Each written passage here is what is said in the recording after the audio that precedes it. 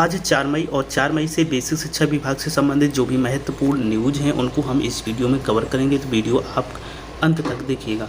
तो सबसे पहले खबर लेते हैं, परिषदीय विद्यालयों में दाखिला का स्तर बढ़ा है, नामांकन बढ़ा है, न्यू नामांकन बढ़ा है, तो अब शिक्षकों के पद भी बढ़ने की पूरी संभावना है। आरटीई लागू होने के बाद नहीं हुआ है पदों का सृजन। तो देखते हैं पूरा कितना दायरा बढ़ा है, कितना नामांकन बढ़ा है। तो यहाँ पर प्रयागराज बेसिक शिक्षा परिषद में 1.5 लाख से अधिक प्राथमिक और उच्च प्राथमिक स्कूलों में अभियान चलाकर छात्र छात्राओं की संख्या तो बढ़ाई जा रही है, लेकिन सबसे अहम सवाल है कि इन बच्चों को पढ़ाने के लिए शिक्षकों की संख्या कब बढ़ेगी। निःशुल्क और अनिवार्य बाल शिक्षा अधिकार आरटीई अधिनियम के मुताबिक प्राथमिक स्कूलों में 30 बच्चों और उच्च प्राथमिक स्कूलों में 35 बच्चों पर एक शिक्षक होना चाहिए। यही नहीं, उच्च प्राथमिक स्कूलों में विज्ञान, गणित, भाषा और सामाजिक विज्ञान का एक शिक्षक होना अनिवार्य है, लेकिन इन मानकों का पालन नहीं हो रहा है। पिछले 3.5 साल में परिषदीय प्राथमिक स्कूलों में शिक्षकों की भर्ती प्रक्रिया शुरू नहीं हो सकी है। ये स्थिति तब है जबकि प्रदेश सरकार ने 2 साल पहले सुप्रीम कोर्ट में स्वयं स्वीकार किया था कि उस समय शिक्षकों की संख्या 51,112 पद खाली थे। हर साल परिषदीय स्कूलों से औसतन 12,000 शिक्षक सेवानिवृत्त हो रहे हैं। तो इस प्रकार से यदि आप देखें तो पदों की संख्या ज़्यादा होनी चाहिए, इनकी बढ़ना चाहिए। तो अभी हर जिले में 20% अधिक नामांकन का लक्ष्य दिया गया था। कई जिलों में पिछले साल से कहीं अधिक हो गया बच्चों का दाखिला। 3.5 साल से प्राथमिक स्कूलों के लिए नहीं हुई शिक्षकों की भर्ती। हर साल प्राइमरी की तकरीबन 12,000 शिक्षक हो जाते हैं सेवानिवृत्त। सरकार ने भी माना था प्रदेश में शिक्षकों के 51,000 पद खाली हैं। प्रदेश भर में विद्यालयों में 75,000 के करीब पद खाली हैं। आखिरी बार 2018 में 69,000 शिक्षक भर्ती की गई थी। तो अब देखना होगा अगली शिक्षक भर्ती कब तक और कैसे आएगी। वहीं पर देखें तो एमडीएम से संबंधित महत्वपूर्ण मध्याह्न भोजन योजना के अंतर्गत स्वच्छता, सुरक्षा और भोजन की गुणवत्ता संबंधी आवश्यक दिशा निर्देश जारी किए गए हैं। तो यहाँ पर क्या निर्देश हैं, ये वाराणसी जिले से निकाले, हालांकि ये सभी जगह लागू होते हैं।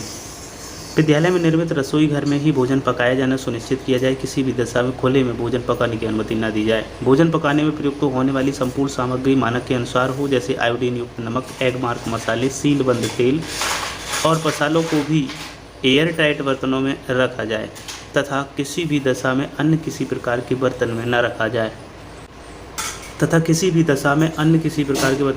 जाए अच्छी ब्रांड का तेल या घी जो भी हो प्रयोग में लाया जाए। खुले तेल का प्रयोग न किया जाए। गर्म पकाया भोजन बच्चों को परोसने से पूर्व यह अत्यंत आवश्यक है कि खाने में किसी भी वयस्क व्यक्ति जैसे कि अध्यापका, विद्यालय प्रबंधन समिति के सदस्य या अन्य अभिभावक चख लें, जिससे भोजन की गुणवत्ता का परीक्षण हो सके व बच्चों को किसी प्रकार की क्षति न हो। विद्यालय स्तर पर भोजन चखने हेतु संबंधित अध्यापका, विद्यालय प्रबंधन समिति के सदस्य, अन्य अभिभावक का एक रोस्टर तैयार किया जाए तथा रोस्टर रजिस्टर भी व्यवस्थित किया जाए, जिसमें प्रति दिवस भोजन चखने वाले के हस्ताक्षर किए जाएँ। विद्यालय में उपलब्ध हैंडपंप के आसपास की साफ सफाई पर विशेष ध्यान दिया जाए तथा पानी की निकासी की सुदृढ़ व्यवस्था कराई जाए।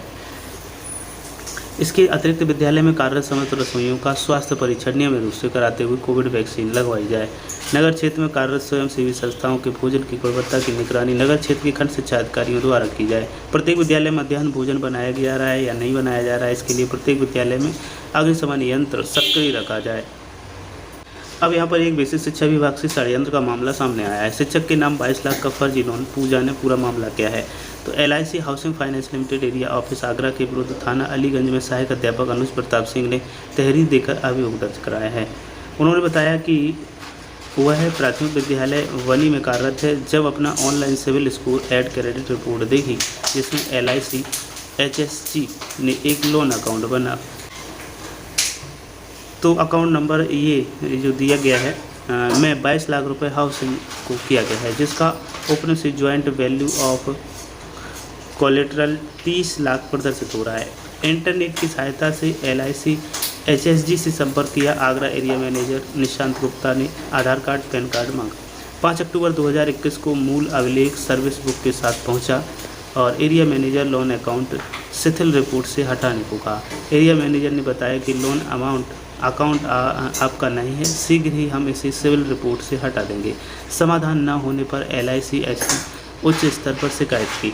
लेकिन अभी तक बताया गया कि शिकायत नहीं करें। जिन लोगों ने यह लोन लिया है वह जल्द से जल्द इसका भुगतान करने वाले हैं। यह लोन LIC ने किसी भी अन्य व्यक्ति को दिया है, उन्हीं से किस्तों का भुगतान किया जाना है। पुनः 28 अप्रैल को LIC housing finance area office में समस्या का समाधान हो गया। लोन दस्तावेज दिखाने को कहा, उनके नहीं दिखाए। उनको आशंका है कि एरिया मैनेजर आगरा और उनके सहयोगी आदिल, खुशबू रस्तोगी, मनोरमा जैन, धीरज, कमलकांत गुप्ता ने षड्यंत्र के तहत फर्जी दस्तावेज तैयार कर 22 लाख का लोन एरिया ऑफिस आगरा से लिया है। तो ये इस प्रकार का फर्जी मामला सामने आया है।